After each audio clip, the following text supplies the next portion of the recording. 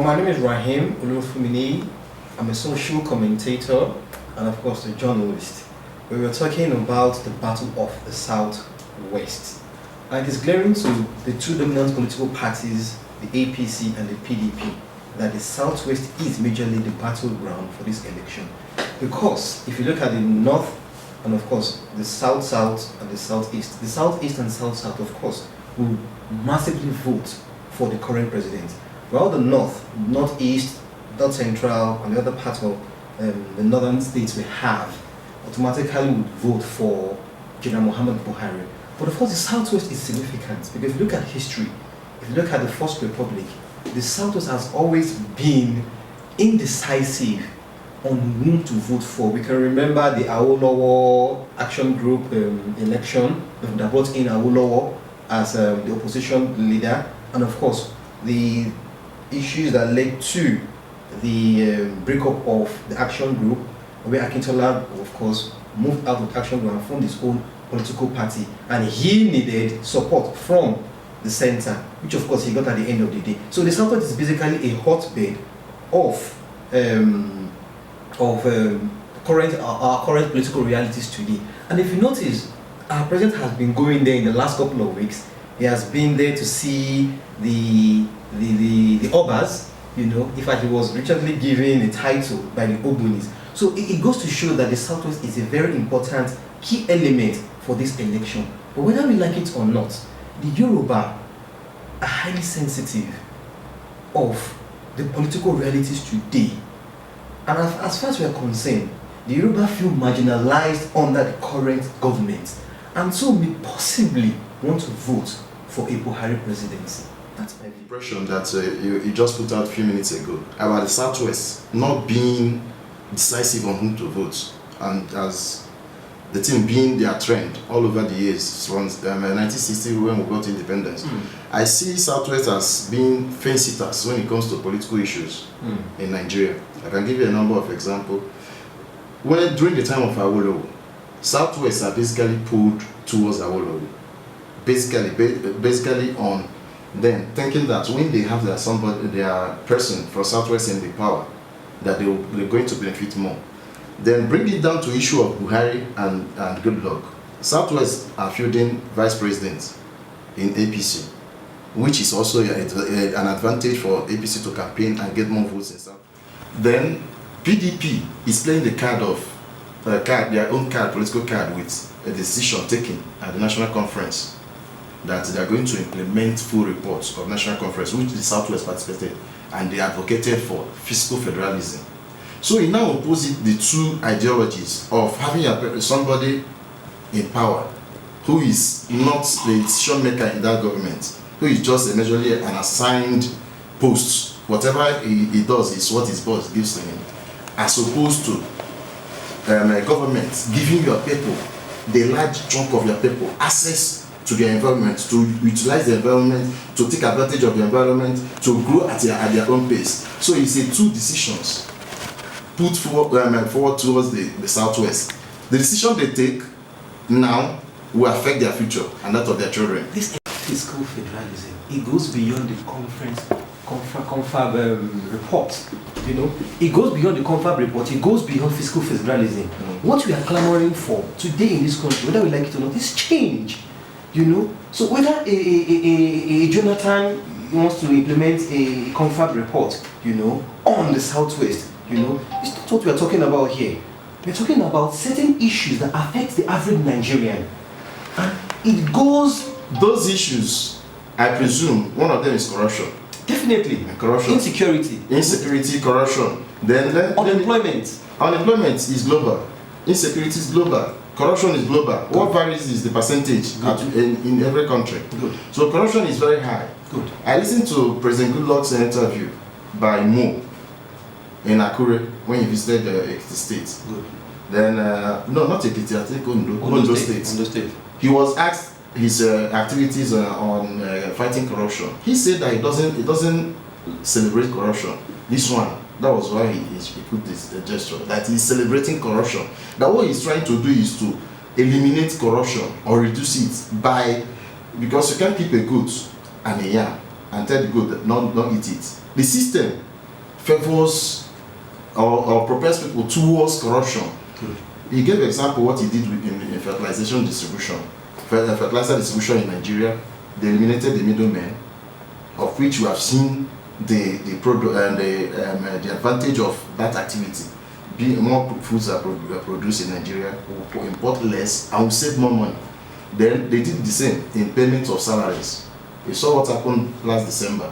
Some people tried to divert some money meant for payments of salaries to another thing. The system shut them out. That was why the salaries didn't come early in December. Then he said that he is going to do the same thing after the passage of PIB bill in the oil industry, which is the bedrock of the corruption in the whole Nigeria and the system. So I think I go with President Goodluck's view. Not that they are not convicting, but when you keep convicting, the system keep producing more corrupt people. You keep convicting. How long can you go? No, that's not how to fight corruption in this country. Of course, we know that the fertilizer scam has ended, and we know the issue of ghost workers have been eliminated to an extent. But it goes beyond that. This is why we are talking. You are saying that look, to what extent there is a pension scam, that took place last year. That pension scam eventually took that man to court, and we all know what happened. This is a country that celebrates corruption to the highest level, and we're not talking about we don't want that to happen anymore. Now, also remember that the Emir of Kano today, who was once a CBN governor, claimed that $20 billion was missing from the NNPC financial pocket. If I may come in, okay, that pension scam didn't happen last year. It happened 2 years ago. Yes, and the man that you are mentioning, yes, was not freed by government. He was freed by the system. By an institution the law. By the institution of the the state. law. By the law of the state, state, which this government did not establish, they are trying to change. Okay. And it's not the duty of the president to change it. But the president, the presidency appoints EFCC chairman. Yes. The EFCC is under the presidency. And the EFCC operates under a law. Definitely. Then the law says that but if the EFCC fails to do its job effectively, what is the responsibility of the government? They are doing their job ensure effectively. They have mentioned a lot of limitations. One, okay, budgetary. Two, the law. They said they are not going to go outside the law to prosecute anyone. If EFCC is not fully funded by the executive, are you not seeing something wrong somewhere? No, it's not. Nigeria doesn't have enough money. Who funds? Where is our funding? Funding. Let me ask. No. You just said funding is one of their problems. Who is supposed to fund the EFCC? The National Assembly. They appropriate the budget. No. Executive. No, budgeting anywhere. No, executive prepares the budget. Good. The National Assembly can alter it. Why didn't they alter it? Did they alter for it? It's easy to get money. If they removed money from salary and appropriate it to EFCC, those people, those workers, they remove their salary. Why would they remove people's salary to give? From the crude oil revenue, for crying out loud. From the crude oil revenue. How much are you making? How much is the budget? That's the question. Now, it means money is missing somewhere. And money is not missing. I'm coming to that one. We said that former CBN governor mentioned that 20 billion. Yes. Prior to that time, he mentioned for something billion. He mentioned eventually three varying figures. At the end of the day, he gave us a complete and factual. He didn't give any factual result. He didn't give any factual. 20 billion. He has already set the allegation based on confusion. What confusion? How many figures did he mention? He mentioned several figures, but eventually several figures. Why would he mention several figures? Because there's no coordination between him and the Ministry of Finance. Did he request? That was what the NNPC boss, the one that was removed, Yakubu mentioned. He didn't request for anything. He just went public. But do you know that at the end? Based on that, I think he was looking for cheap popularity. For what reason? His what basically will achieve or will get us to a destination that we are looking at faster than celebrating corruption. I'm talking about change and transformation. All those things are just slogans, they are mere slogans. Who know that a lot of people are shouting change, are part of the system that depleted our economy. They are part of the system, part of the administration from 1999 to till date. They just cross over. That you change your dress doesn't mean you change your name.